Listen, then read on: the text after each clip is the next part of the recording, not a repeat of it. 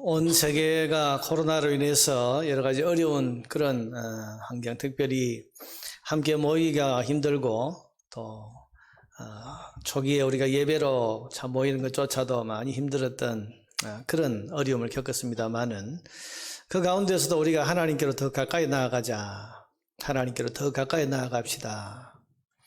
그래서 하나님께로 더 가까이라는 주제를 가지고 올 한 해를 우리가 출발을 했습니다. 하나님께 더 가까이 나아가기 위해서는 우리에게 믿음이 필요하죠. 믿음을 가져야 하나님께로 더 가까이 나아갈 수가 있습니다. 그래서 연초부터 계속해서 믿음 시리즈를 가지고 말씀을 전하고 있는 중에 오늘은 다윗의 믿음에 대해서 말씀을 전하게 되었습니다. 세계적인 영성신학자이고 또 목회자인 유진 피터슨이라고 하는 분이 다윗에 대해서 말하면서 다윗의 영성은 현실에 뿌리 박은 영성이다, 그런 말을 했습니다. 여러분, 현실에 뿌리를 박았다, 이게 무슨 말일까? 우리가 현실을 살지 않는 사람이 어디 있겠습니까? 아브라함도 현실을 살았고 모세나 여호수아도 다 현실을 살았지 이분들이 꿈속이나 가상의 세계를 살았던 것은 아닙니다. 그런데 유독 다윗에 대해서 이야기를 하면서 그는 현실을 산 사람이다. 왜 그런 말을 했을까? 그 이유는 다윗의 신앙은 오늘 우리가 사는 현실과 똑같은 삶 속에서 발휘된 신앙이기 때문입니다. 그 근거로 유진 피터슨은 다윗의 생애에는 기적이 나오지 않는다라고 말을 했습니다. 우리가 생각할 때 여러분, 다윗 같은 믿음의 사람에게는 여기저기에서 그야말로 기적이 계속 일어났을 것 같은데, 그런데 성경을 쭉 찬찬히 다윗의 기록을 읽어보면 다윗의 삶에는 눈에 번쩍 뜨일 만한 그런 기적이 없습니다. 이를테면 여러분, 모세는 매일 기적의 현장을 살았던 사람입니다. 생각해 보세요. 그가 선포하면 나일 강물이 피로 변했습니다. 10가지 재앙이 다 그의 선포와 함께 나왔고 이게 다 기적입니다. 홍해가 그의 지팡이를 내미는 그런 믿음의 동작으로 그야말로 홍해가 갈라지는 이런 기적이 나타나고, 아무 양식 준비 안 하고 광야로 나왔지만은 그러나 이스라엘 백성 200만 명이 하늘에서 내리는 듣도 보도 못한 만나라고 하는 기적의 양식을 먹으면서 40년을 살았습니다. 그러니 매일 기적이었습니다. 낮에는 구름 기둥, 밤에는 불 기둥이 그들을 지켜주는, 이것도 기적이었고, 또 전쟁을 하다가 모세가 손을 높이 들면 무조건 우리 편이 이기게 되는 이런 것도 기적이었습니다. 길 가다가 마실 물이 없을 때에는 반석을 쳤을 때에 거기에서 생수가 터져나와서 또 온 백성들이 시원한 물을 마시게 되는, 그야말로 기적과 기적의 연속이 바로 모세의 믿음이고 모세의 생활이었습니다. 여러분, 우리가 신앙생활을 하면서 바라는 삶이 이런 삶이 아닙니까? 믿음 가진 내 삶에 매일 기적이 일어난다. 그래서 내 삶에 어떤 문제가 있을 때에도 하나님께서 그야말로 기적 같은 방법으로 문제를 풀어주시고 또 문제가 사라지고, 아니면 내 삶에 아무런 문제가 없는 그야말로 평안하고 순탄한 삶이 되기를 원하는 것. 여러분, 이게 우리 보통 사람들이 원하는 믿음의 생활의 바람입니다. 그런데 정작 우리의 삶을 보면 우리의 삶에는 그런 기적이 흔하지를 않습니다. 기적이 없는 것은 아닙니다만은 흔하게 나타나지를 않습니다. 여러분, 기적이 흔하게 나타나면 그게 기적이겠습니까? 그래서 우리의 삶에는 기적보다는 현실, 그런데 그 현실은 냉정합니다. 냉엄합니다. 답답하기도 하고 또 억울하기도 하고 눈물이 나기도 하고, 그게 우리 현실이지요, 현실. 믿음의 사람 다윗에게도 그런 기적이 없었습니다. 항상 그는 문제 속에서 살았습니다. 그의 삶을 보면 늘 어려움과 고난에 직면하는 싸움을 싸우는 사람이었습니다. 어렸을 때 그는 목동이었습니다. 양을 쳤습니다. 그런데 여러분, 양을 칠 때에도 그 어린 나이에도 그는 싸웠습니다. 양떼를 노리는 곰과 늑대와 사자와 싸움을 벌였습니다. 생각해 보세요. 그가 기도하고 나가면 그날은 늑대가 한 마리도 안 달았다. 그가 기도하기만 하면 사자가 금방 놀래서 근처도 못하고 쫓겨갔다. 이러면 그런 기적이 일어난 게 아니고, 그는 양떼를 집어삼키려고 하는 곰과 사자와 늑대와 어린 나이에도 여러분 지팡이와 막대기를 들고, 그리고 그가 돌팔매질을 하면서 물맷돌을 던지는, 여러분 그런 걸 통해서 매일매일 현실의 어려움과 싸웠던 사람입니다. 오늘 본문에 나오는 골리앗과의 싸움, 유명한 싸움인데, 여러분 3미터나 되는 이런 큰 키를 가진 거인, 이 거인과 싸워서 이기는 이 장면도 언뜻 생각하면 기적이다 이런 생각이 들지만, 가만히 그 내용을 들여다보면 이게 현실이었습니다. 거대한 현실. 이스라엘 백성 모두가 겁에 질려서 그 큰 키와 덩치 앞에, 그리고 배틀채 같은 그런 창을 들고 앞에서 외쳐댈 때에 그 앞에서 벌벌 떨면서 꼼짝달싹 못하는 거대한 현실인데, 다윗은 그 거대한 현실을 향해서 달려가서 싸웁니다.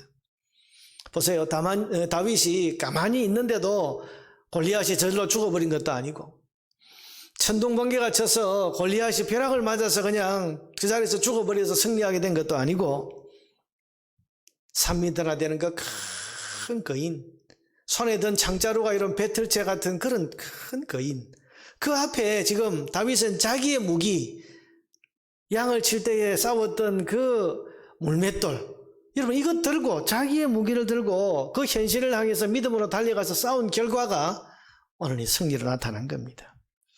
가만히 보면 그는 기적의 현장을 살았던 게 아니라 철저히 현실의 삶을 살았습니다.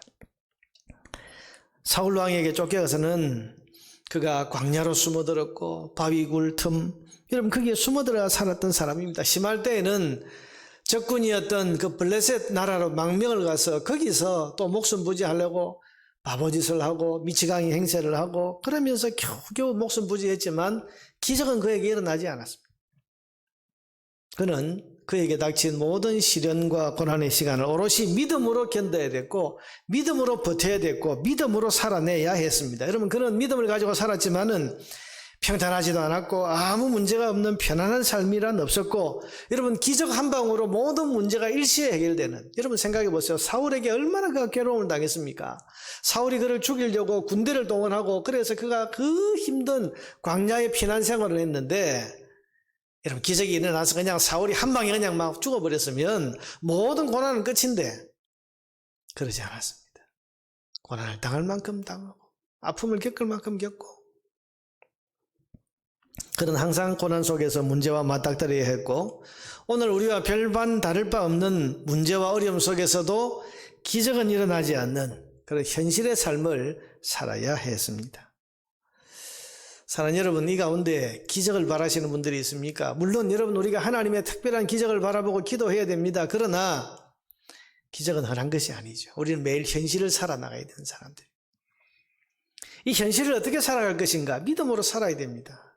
믿음으로 살아내야 됩니다. 그게 우리 신앙입니다.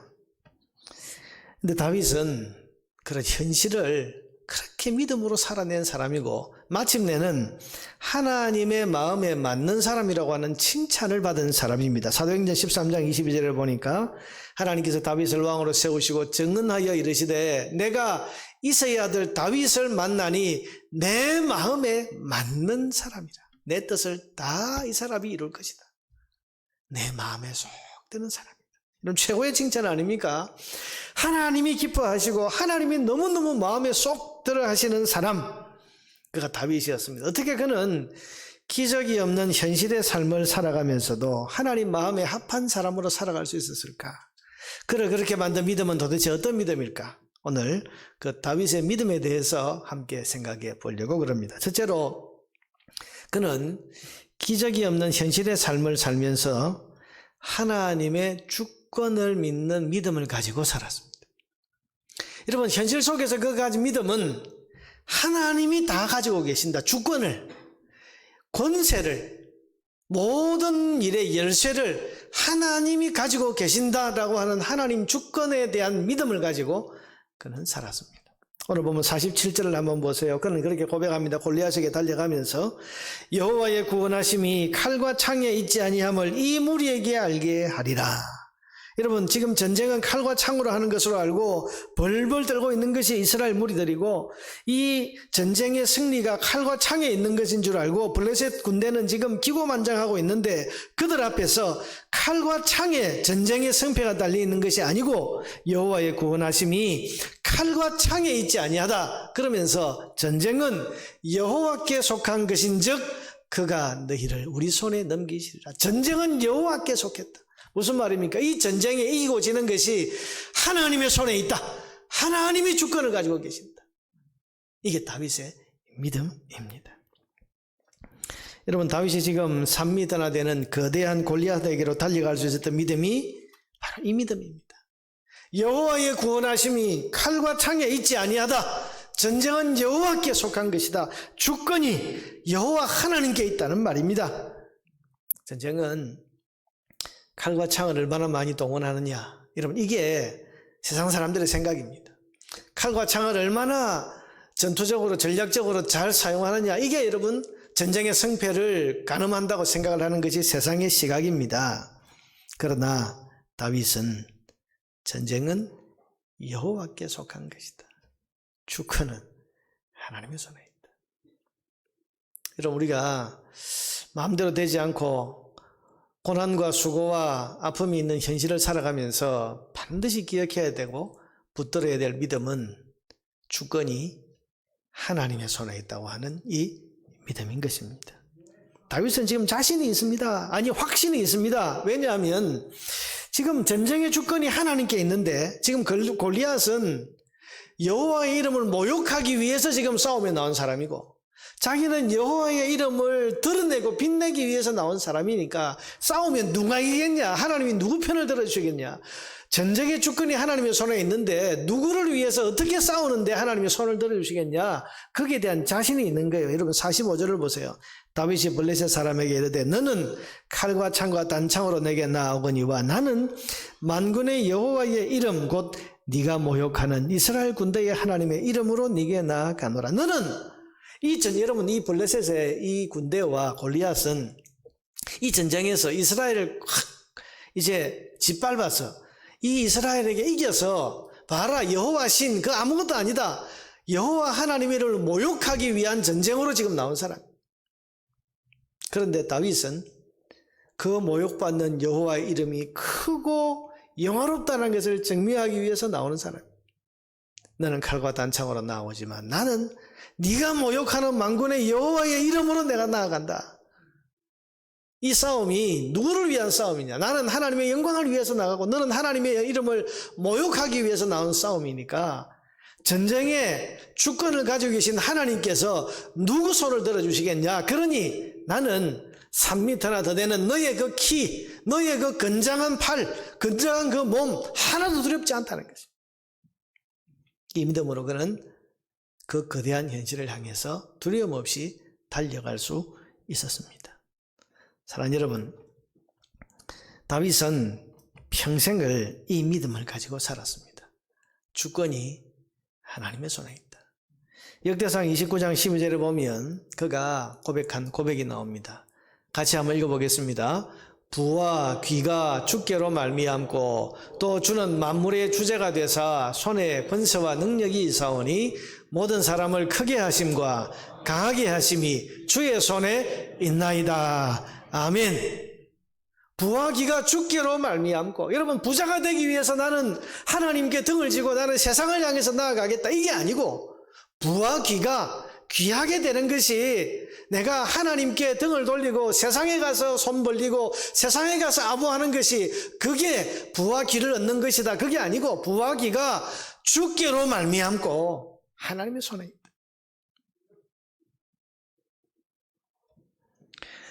또 주는 만물의 주제가 되사 권세와 능력이 주의 손에 있사오니 모든 사람을 크게 하심과 강하게 하심이 주의 손에 있나이다.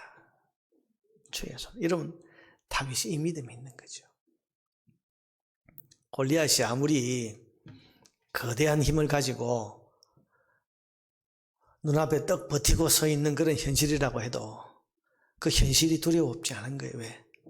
주권이 하나님의 손에 있음을 믿기 때문입니다. 사랑하는 여러분, 많은 사람들이 하나님에 대한 믿음을 저버리고 현실 앞에 굴복하는 이유가 뭡니까?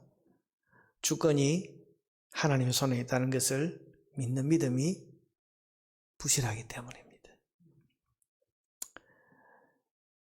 현실에서 때로 우리는 여러 가지 삶의 어려운 문제들에 부딪힙니다. 내가 믿음으로 살아왔는데, 내가 지금 기도하면서 하나님 잘 섬기고 있는데 왜 내 뜻대로 일이 되지 않고, 왜 일이 내가 원하는 방향으로 흘러가지 않은가? 그래서 그 현실에 부딪힐 때마다 믿음을 접어버리기도 하고 하나님께 등을 돌리기도 하고 세상을 향해서 고개를 조아리기도 하고. 그러나 여러분, 그 현실 앞에서 결국 하나님의 마음에 합한 사람으로 우리가 서기 위해서는 주권이 하나님의 손에 있다는 것을 믿는 믿음을 강하게 붙드는 데 있습니다. 여러분, 부와 귀가 주께로 말미암고 모든 사람을 크게 하심과 가하게 하심이 오직 주님의 손에 있다는 사실을 믿으시기를 바랍니다. 현실을 살지만 현실만 바라보지 말고 주권을 가지신 하나님을 바라보시기를 바랍니다. 오늘 찬양대가 하나님만 바라라. 나의 구원이 오직 하나님께 있다. 하나님이 내 방패시고 하나님이 내 산성이시고 하나님이 내 요새시다. 하나님 주권에 대한 믿음. 오늘 여러분 그야말로 현실을 살아가면서 하나님이 주권을 가지고 계시다고 하는 이 믿음 우리가 견고하게 붙들고 그 하나님의 마음에 합하고 그 하나님의 기준에 맞게 살면 주권을 가진 하나님께서 우리에게 왜 승리와 영광을 주시지 않겠습니까? 하나님이 주신 참된 승리와 영광은 오직 주권을 가지신 하나님께서 주실 때 우리가 이룰 수 있는 겁니다. 그러므로 현실의 여러 가지 장벽에 부딪힐 때마다 주권을 가지신 분은 하나님이시다. 이 믿음을 가지고 그 현실을 버텨내고 이겨낼 수 있는 저와 여러분 되기를 바랍니다. 둘째로 현실을 살았던 다윗이 가진 또 하나의 믿음은 하나님 사랑에 대한 믿음이었습니다. 그는 믿었습니다. 한번 나를 택하신 하나님은 절대로 나를 버리지 아니하시고 나를 사랑하신다. 이걸 믿었습니다. 여러분 다윗은 험난한 세월을 보냈습니다. 여러분 어릴 때 다윗이 밖에 이제 양치러 가 있을 때 그 이사의 막내 아들 아닙니까? 8째 아들 막내 아들인데 사무엘이 집에 찾아와서는 하나님께서 너희 집 아들 중에 왕이 될 사람이 있다고 하셨다. 첫째, 둘째, 셋째, 우리 지금 새벽기도 본문에 보고 있는데 다 지나갔는데 하나님이 아니다. 얘 아니야. 다 7째까지 다 지나갔는데 이 집에 아들이 더 없습니까? 있기는 있는데 막내 그거 뭐 아이 조그마하고 그거 뭐 별 볼품도 없는 놈 지금 양치고 있습니다. 빨리 데려오시오. 여러분 양을 치다 갑자기 부름받고 아버지 집에 돌아와 보니까 그 훌륭한 선지자 사무엘이 이 다윗을 보자마자 너는 하나님께서 왕으로 세우실 사람이다. 여러분 이 선언을 받았을 때 여러분 이 다윗이 얼마나 놀랐겠습니까? 말만이 아니고 그 머리에 기름을 부었어요. 여러분 기름은 왕, 선지자, 제사장에게만 붓는 건데 선지자가 하나님의 이름으로 머리에 기름을 부으면서 너는 이스라엘의 왕이 된다. 하나님이 너를 왕으로 삼으셨다. 얼마나 여러분 흥분했겠습니까? 내가 드디어가 아니라 나는 꿈도 꾸지 못했는데 하나님 나를 왕으로 삼으시는구나. 근데 여러분 그 다음 일어난 사건이 뭡니까? 골리앗 사건입니다. 골리앗을 보았을 때 마음에 믿음을 가지고 의문이 일어난 이 다윗이 골리앗을 향해서 물맷돌을 던졌을 때 그 물맷돌이 이 골리앗의 이마에 박혔고 여러분 그렇게 해서 골리앗을 이기고 난 이스라엘의 영웅이 되었습니다. 이스라엘의 영웅이 되자마자 사울은 그를 자기의 사위로 이런 왕의 사위가 되었습니다. 보세요. 어릴 때 기름 부음도 받았죠. 왕이 된다는 선언도 선지자의 선언도 들었죠. 골리앗을 이겨서 민족적인 영웅으로 부각했죠. 거기다가 사울의 사위 왕의 사위가 되었습니다. 이제 다윗의 앞을 누가 가로막겠습니까? 사울을 이어서 왕이 되는 것은 이건 너무 분명한 사실이었습니다. 그런데 그때부터 고난이 시작이 되었습니다. 현실이 점점 왕이 되는 현실과는 점점 멀어져 가는 거예요. 사울이 그를 시기했습니다. 질투합니다. 죽이려고 했습니다. 창을 2번을 던졌습니다. 겨우 목숨 부지했습니다. 그때부터 피난 다니기 시작했습니다. 광야로 바위굴 틈으로 하다가 안 될 때는 자기가 죽였던 그 골리앗의 나라인 블레셋 지경까지 도망가서 미치광이 행세를 하면서 살고 자 여러분 보세요. 그 피난 세월이 왕이 나중에 다윗이 왕 되는 게 30세거든요. 근데 아마 머리에 기름 부음 받았을 때가 15살쯤 되는 걸로 생각이 됩니다. 그러니까 여러분 적어도 14~15년 정도를 그런 세월을 보냈다는 거예요.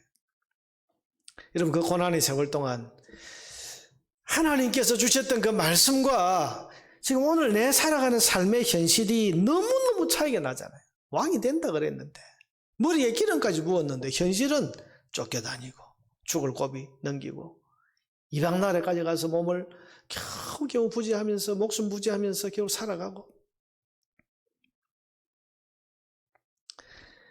여러분, 이 현실 속에서 얼마나 불안하겠습니까?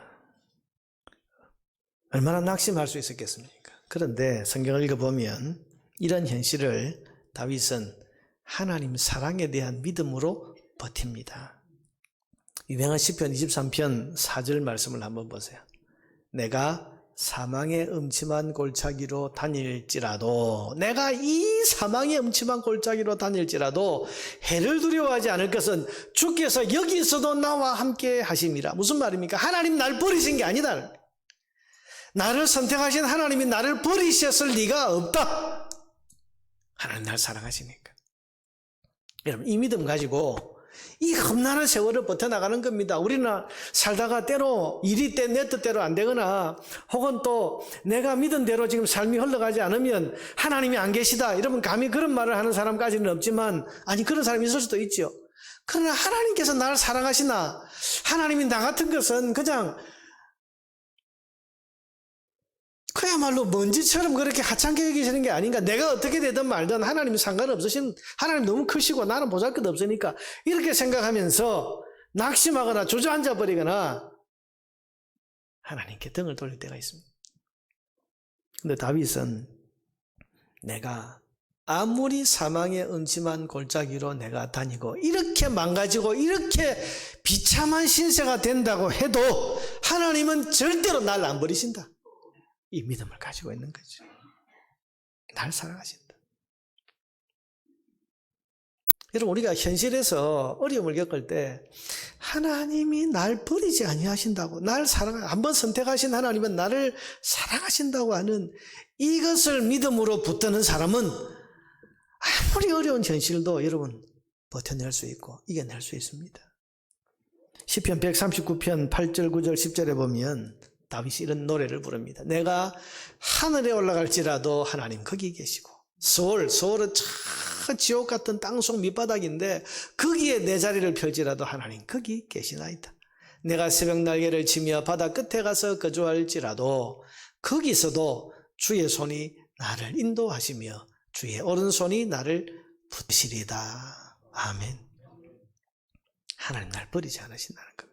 여러분, 아무리 험악한 지경이 오고 아무리 여러분의 삶이 어려워질 수 있지만 여러분, 그 현실 속에서 또 하나님은 선택하신 자신의 자녀를 결단코 버리지 아니하신다고 하는, 사랑하고 계시다고 하는 이 믿음을 붙드시기를 바랍니다.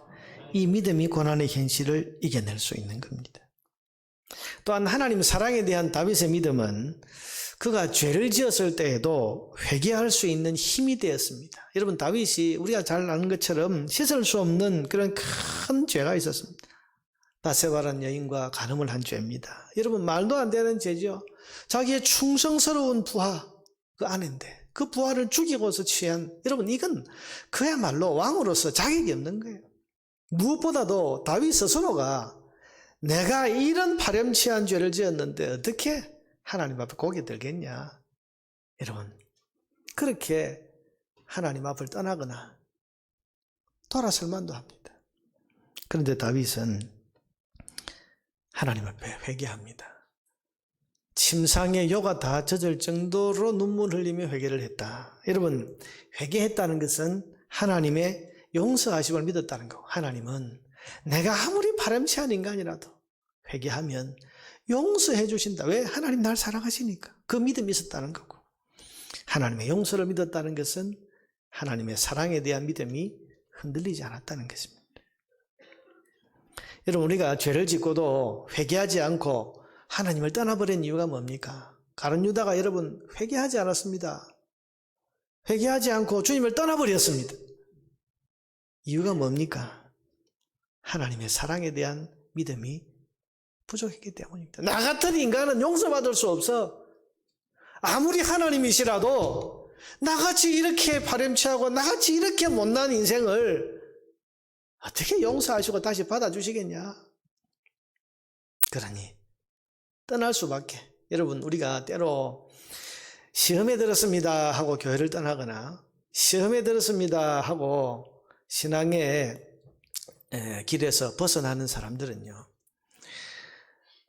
하나님 용서에 대한 믿음이 부족합니다.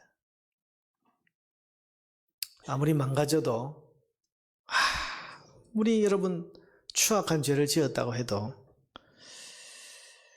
하나님은 한번 택한 자기 자녀를 버리지 아니하십니다. 못나고 추해서 모든 사람들이 다 여러분 예수님께서 이 땅에 오셔가지고 하신 일이 뭡니까? 하나님의 이 사랑을 보여주신 거 아닙니까? 그때 당시에 사람들은요, 죄 지은 세리, 저 파렴치한 인간 쫓아냈습니다. 상대도 안 했습니다. 더러운 죄를 짓고 사는 죄인들, 창녀, 어디 가까이 오냐? 우리 곁에 오지 마라. 몸에 더러운 병이 있는 환자들 다 쫓아냈습니다. 근데 예수님이 오셔가지고 세리의 손을 잡아주시고, 여러분 그 세리 마태를 제자로 삼아주시고, 세리장 삭개오를 만나시면서 그 집에 들어가서 함께 먹고 마시고, 내가 이 땅에 온 것은 잃어버린 자를 찾아 구원하려 함이니라. 하나님 사랑이 뭔지를 보여주신 거죠. 아무리 추악한 죄인, 손가락질 받는 그런 사람이라 할지라도 하나님은 버리지 아니하신다. 하나님은 그를 받아주시고 하나님은 그에게 기회를 주시는 분이다. 하나님께서, 예수님께서 보여주신 겁니다. 그래서 회개하는 죄인들을 한 번도 주님이 거절하신 일이 없지 않습니까? 여러분 기억하십시오. 우리가 아무리 실수하고 우리가 아무리 잘못하고 우리가 아무리 못난 삶을 산다 할지라도 우리가 회개하고 하나님께로 돌이키면 하나님 언제든지 우리를 안아주시고 우리를 치유해 주시고 우리를 회복시켜 주신다는 사실을 믿으시기를 바랍니다. 현실 속에서 우리 이 믿음을 가져야 됩니다. 실수 안 하는 사람이 있습니까?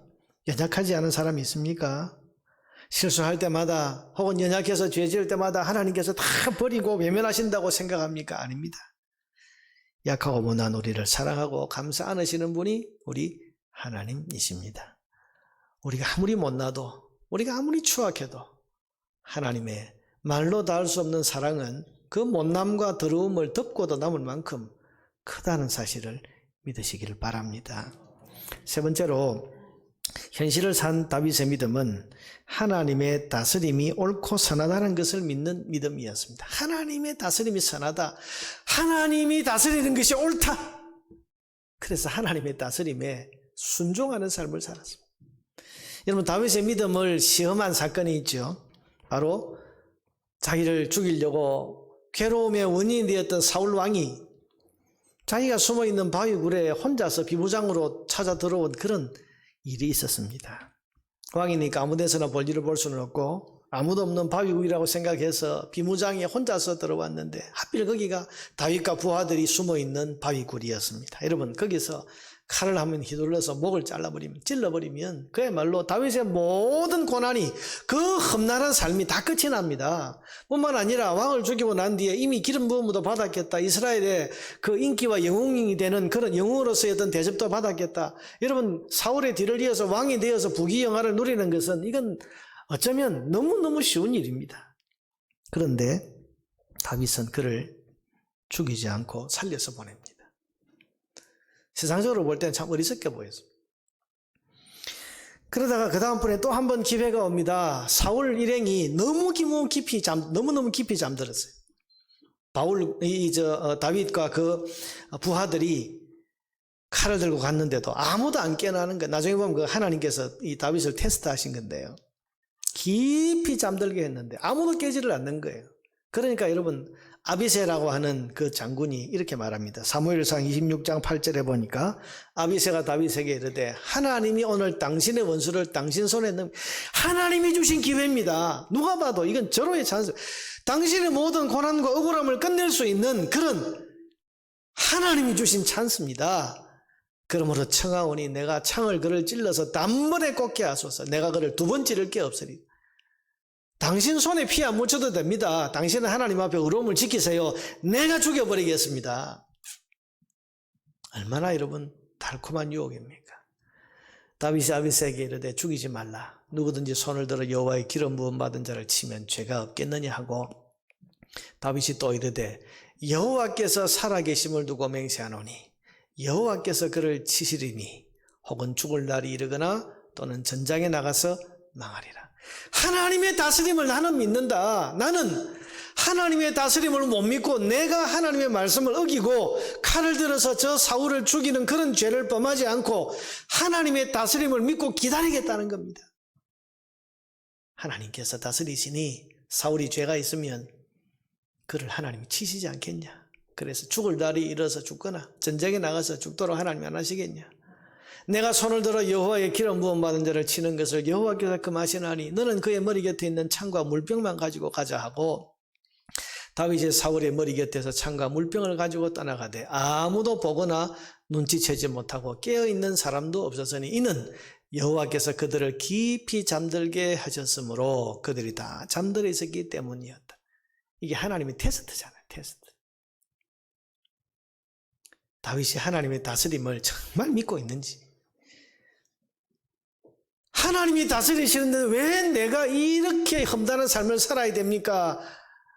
여러분 그렇게 말하지 않고 하나님이 다스린들 뭐합니까? 내가 지금 눈앞에 온 이 사울을 당장 죽여버리면 모든 게 끝나는데 하나님보다 내가 앞서서 행하는 게 더 낫다고 생각해서 그를 죽이지 않고 하나님의 다스림을 믿고 하나님의 다스림에 순종해서 말씀 밖으로 벗어나지 않았습니다. 여러분 이것이 다윗의 믿음입니다. 그는 하나님의 다스림을 믿었습니다. 죄짓지 않았습니다. 끝까지 하나님의 사람답게 행할 수 있었습니다. 큰 유혹을 이기고. 그가 만약 하나님의 다스림을 믿지 않았다면 하나님 말씀을 어기는 죄를 범했을 겁니다.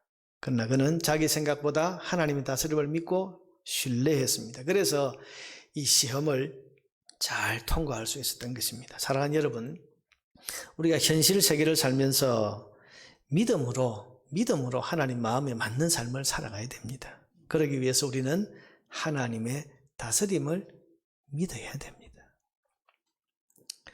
사람들이 하나님의 다스림을 믿지 못하고 조급하다가 말씀을 넘어가 버립니다. 하나님의 다스림을 믿고 기다리기보다 내 마음의 염려와 불안이 너무 커서 하나님 말씀에 눈을 감아버리고 내가 처리해버립니다. 내 감정대로, 내 방식대로. 여러분 그러다가 후회할 일을 남기고 하나님 앞에 범죄하잖아요. 조급해하지 말고 염려하지 말고 하나님이 다스리고 계시다는 것을 믿고 끝까지 말씀대로 살고 끝까지 하나님의 사람답게 살아갈 수 있어야 됩니다. 그럴 때 우리가 하나님의 마음에 맞는 삶을 살아갈 수 있습니다. 히브리서 10장 38절에 보면 나의 의인은 믿음으로 말미암아 살리라. 믿음으로 산다. 내 의인은 또한 뒤로 물러가면 내 마음이 그를 기뻐하지 아니하리라. 믿음으로 살아야 됩니다. 사랑하는 여러분, 믿음으로 살기가 쉽지 않은 현실을 우리가 살아갑니다만은 그럼에도 불구하고 믿음으로 우리는 살아야 됩니다. 하나님의 주권을 믿어야 됩니다. 하나님 손에 있다. 하나님의 사랑을 믿어야 됩니다. 끝까지 하나님 버리지 아니하신다. 날 사랑하신다. 그리고 하나님의 다스림이 선하고 옳으시다는 것을 우리가 믿고 하나님의 다스림 안에서 우리가 순종하며 살아가야 됩니다. 이것이 다윗의 믿음이고 이것이 현실을 이겨나가고 하나님 앞에 하나님 마음에 맞는 사람이라는 평가와 칭찬을 받을 수 있는 그런 우리의 믿음이 될 수 있습니다. 사랑하는 여러분, 이 믿음으로 살아서 하나님 마음에 합한 사람이라고 하는 칭찬과 하나님 주시는 승리와 영광을 얻게 되기를 주의 이름으로 축원합니다.